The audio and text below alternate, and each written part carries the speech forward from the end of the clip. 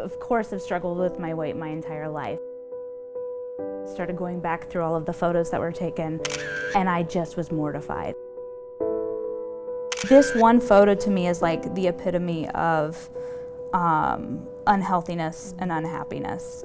Two reasons that thousands of Americans use when deciding they're going to get bariatric surgery and change their life for good. At her heaviest, Amanda Keeler had hit 331 pounds. Like, are these two chairs too close together? Am I going to be able to walk through this area? Do I need a seatbelt extender on an airplane? In January 2018, Keeler started looking for a way out. While her insurance was willing to cover medications for her weight-related side effects, things like hypertension and acid reflux, the company was not willing to cover bariatric surgery. It was very frustrating. That meant Keeler would have to pay for the surgery out of pocket. About 30 grand, and they needed it up front.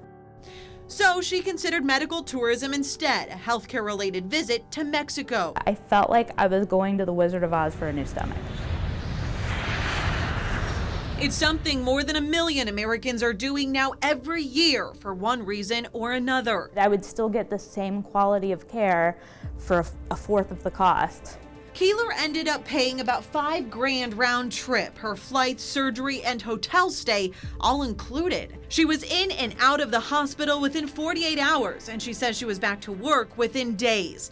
Now running 5Ks, Keeler says her experience abroad was a success. It has been incredible. But they don't all end up that way. The problem with going to another country is you can't stay there forever, and you have to come back, and if you have a complication, most of the people that go there, it's not a covered benefit in their insurance.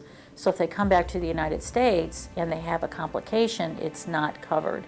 Local doctor Margaret Inman says she's seen it happen over and over again. Patients facing bankruptcy after their overseas surgery went south. I've seen some really bad disasters. It's very heartbreaking. Heartbreaking too, because so many people end up in the same situation. While most insurance companies offer plans that will pay for elective surgery like this, employers typically opt out because it drives their policies up more than double the price.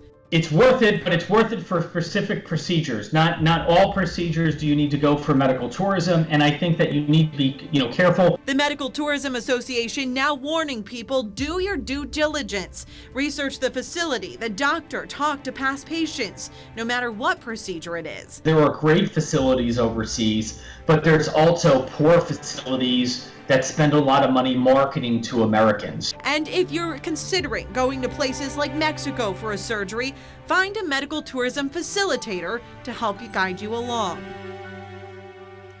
I have to tell you, Amanda Keeler, she is so inspiring. I loved meeting her. She says there's other options, right? But doctors on the other side of this, they say those risks can be really serious. You heard from Dr. Inman. She is now pushing people, call your lawmakers, tell them that we need better access, better health care, better insurance policies, because things like obesity, she says that's a disease. And for that reason, preventative measures like bariatric surgery should absolutely be covered. Happening today, we have the